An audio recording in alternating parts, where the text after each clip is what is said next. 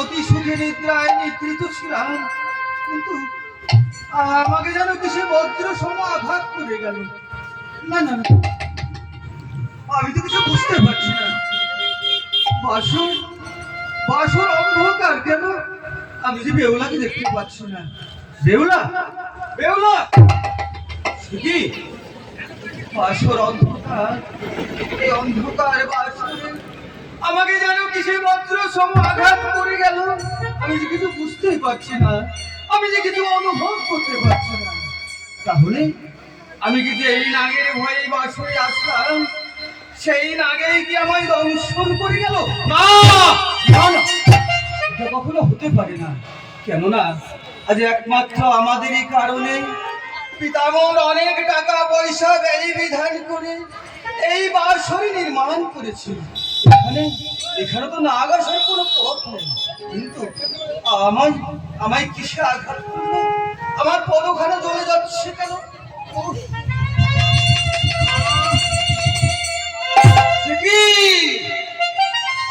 আমার পদ দিয়ে যেন নদীর ধারা বয়ে যাচ্ছে। তাহলে তাহলে কি আমায় নাগে দংশন করে গেল? আর যদি আমায় নাগে নাই বা দংশন করে, আমার পদ দিয়ে নদীর ধারা বয়ে যাচ্ছে কেন? আমি বুঝতে পেরেছি, আমি যেই নাগের ভয়ে বাসরে আসলাম, আর সেই নাগেই আমায় দংশন করে গেল। না,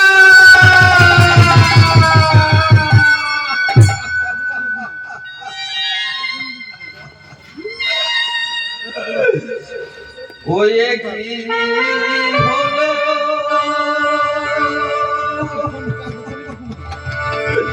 ও প্রাণ গেল গো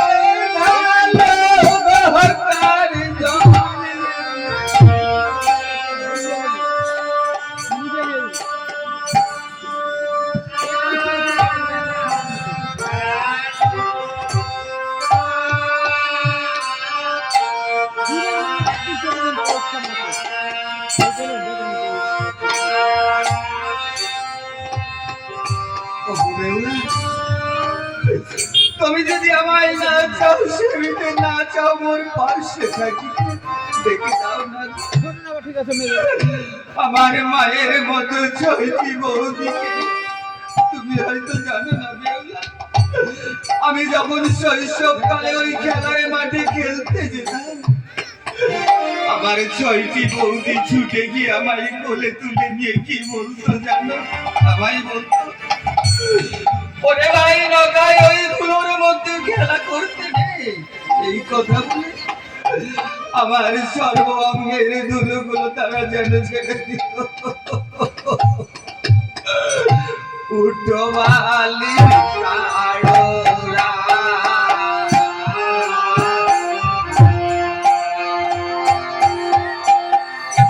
ডাকো দে তোরি ছয় বোঝা,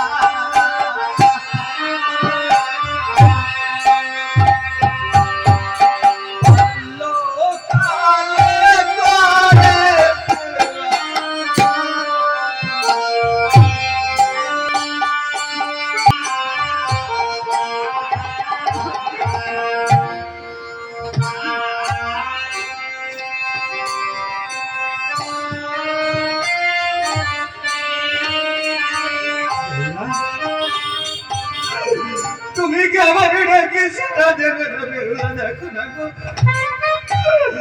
আমাকে যে নাগে দংশন করেছে, আমি যেন আর বিষের জ্বালা সইতে পারছি না।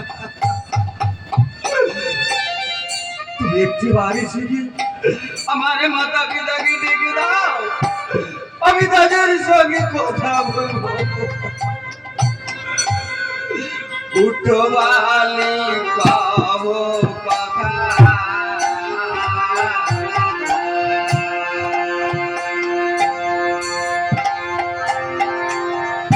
দেখো দে মরি মাতা পিতা,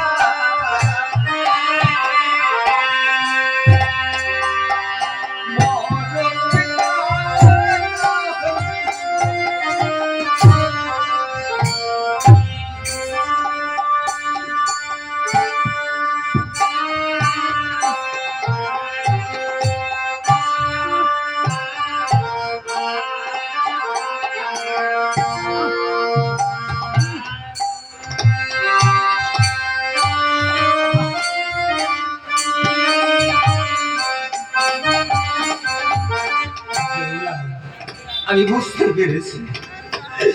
বাসর ঘরে আমি তোমার কাছে খেতে চেয়েছিলাম বলে আজকে তুমি আমার প্রতি অভিমান করে ঘুমিয়ে গেছো।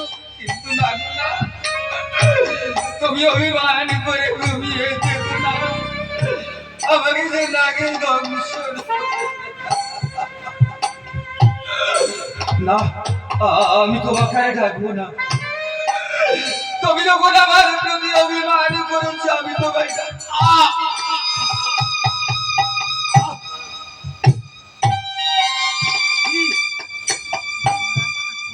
আমি যেন ক্রমাগত নিস্তেজ হয়ে যাচ্ছি। কেন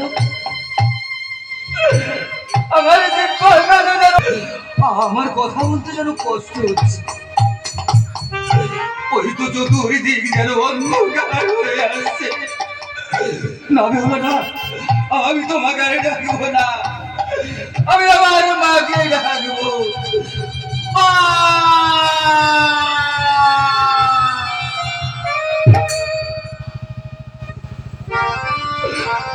মা, এসো না জননী, একটি বাড়ি ছুটে এসে তুমি আমায় নয় বলে ডাকো। ও গো আমা, আরে মা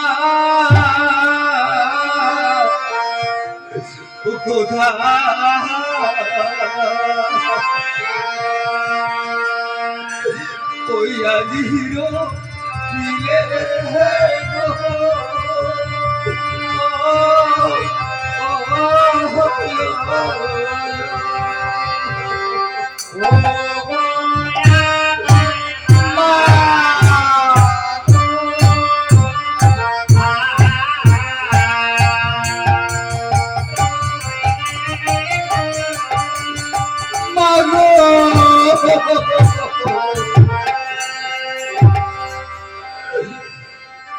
কোথায় আছো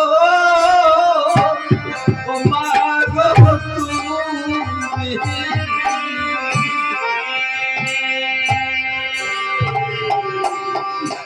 এসো আছো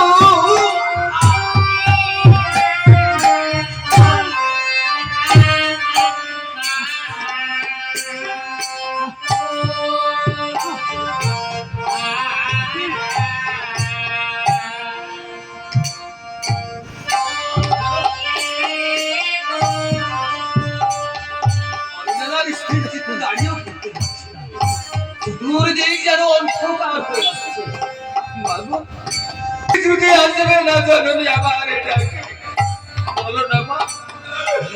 আমি তো লোকে মুখে শুনেছি জননী, সন্তান যদি কোনো বিপদে পড়ে এই ঘরের মাঝে কেউ না জানতে পারলে একমাত্র মায়ে জানতে পায়। দেখো না মা, আমাকে যে নাগে দংশন করেছে, তুমি একেবারে ছুটে দেখো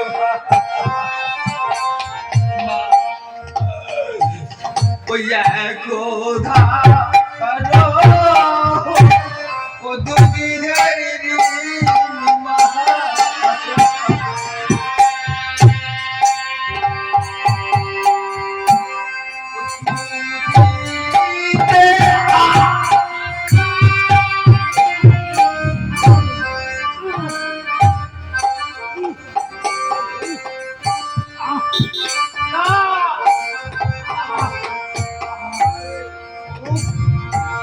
কি যন্ত্রণা আমি যেন আর সইতে পারছি না।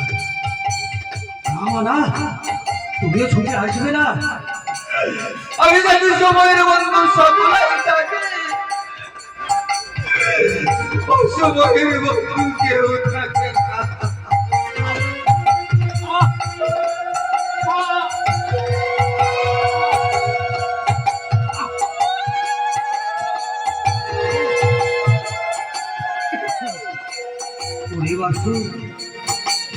পরিবারের লতা পাতা কৃষি যখন প্রভাত হয়ে যাবে, ওই আমার মা দিনের মা যখন প্রভাত হয়ে ছুটে আসবে,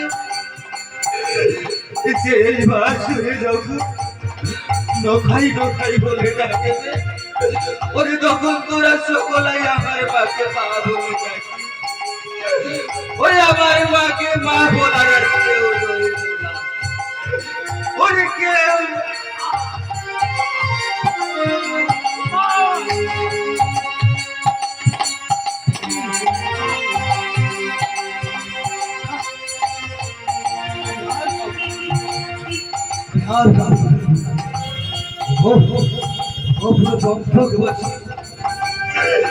আমি যদি তোমার এই চরণে কোনো যদি অপরাধ করে থাকি, আমার সকলাই আমাকে ক্ষমা করে দেবে। আমাকে তোমরা সকলাই ক্ষমা করে দেবে। আমার এই মরণের সুখে আমার এই করে একটু হরিনাম করা।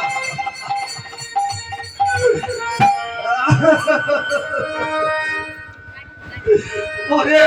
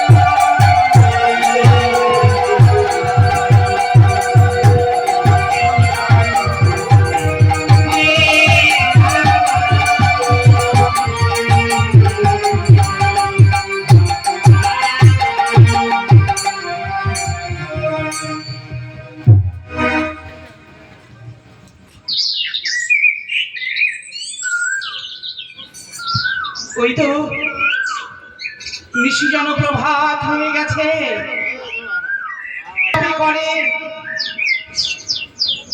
একে একে আহারের সন্ধানে চলেছে তারা। আর বুঝি নিশি নেই, নিশি মোদের প্রভাত হয়ে গেছে। স্বামী গো, ওগো মোর অভিষ্ট দয়াময়, তুমি একবারে জানো ওই যে দেখো নিশি যে প্রভাত হয়েছে দয়াময়, সে কি শিখি ঠাকুর বাসার ঘর কেন অন্ধকার? এক এক করে দ্বাদশ প্রদীপ জ্বলছিল বাসারে আমার, বাতিগুলোকে নিভিয়ে গেল, বাসারে কেন অন্ধকার হয়ে গেল? তবে কি আমার বাসারে কোনো অমঙ্গল হয়ে গেছে? না না দয়াময়, এ হতে পারে না। স্বামী স্বামী গো, তুমি আমার কাছে খেতে চেয়েছিলে, আমি তোমার সেবা দিতে পারি নাই বলে বাসারের বাতিগুলো নিভিয়ে তুমি বুঝি আমায় ছেড়ে চলে গেছো দয়াময়।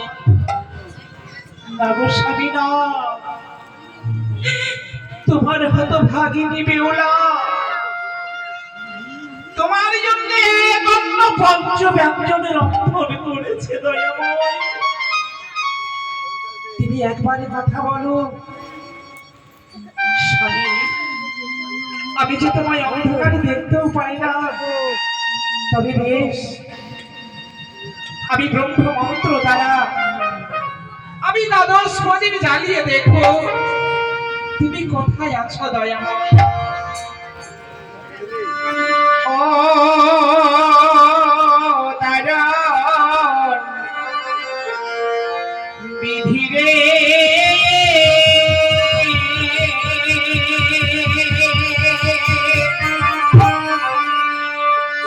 ও বাসার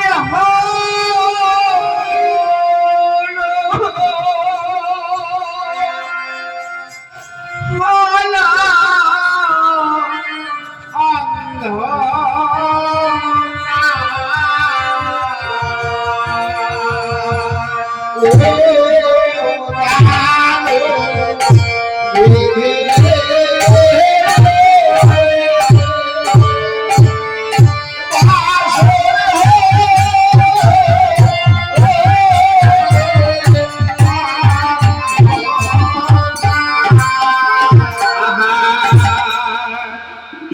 দ্বাদশ প্রদীপ জ্বলতে ছিল,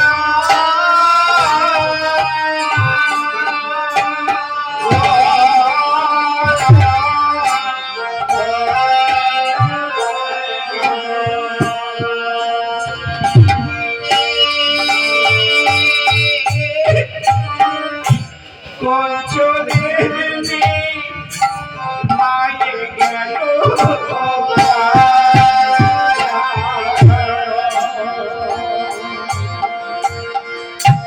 বাসর হলো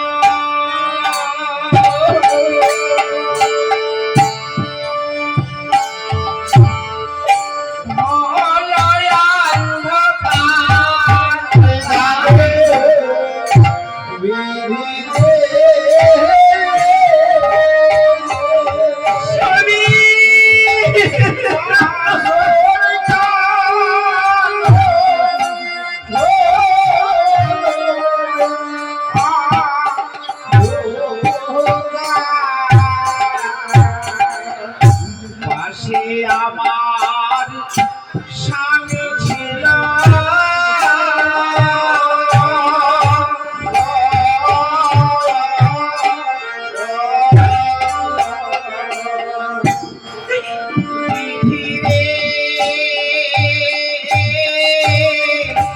স্বামী আমার কোথায় গেল,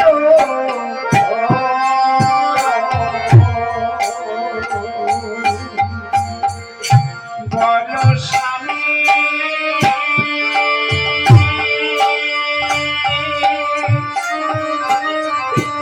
আছো বা কোথায়,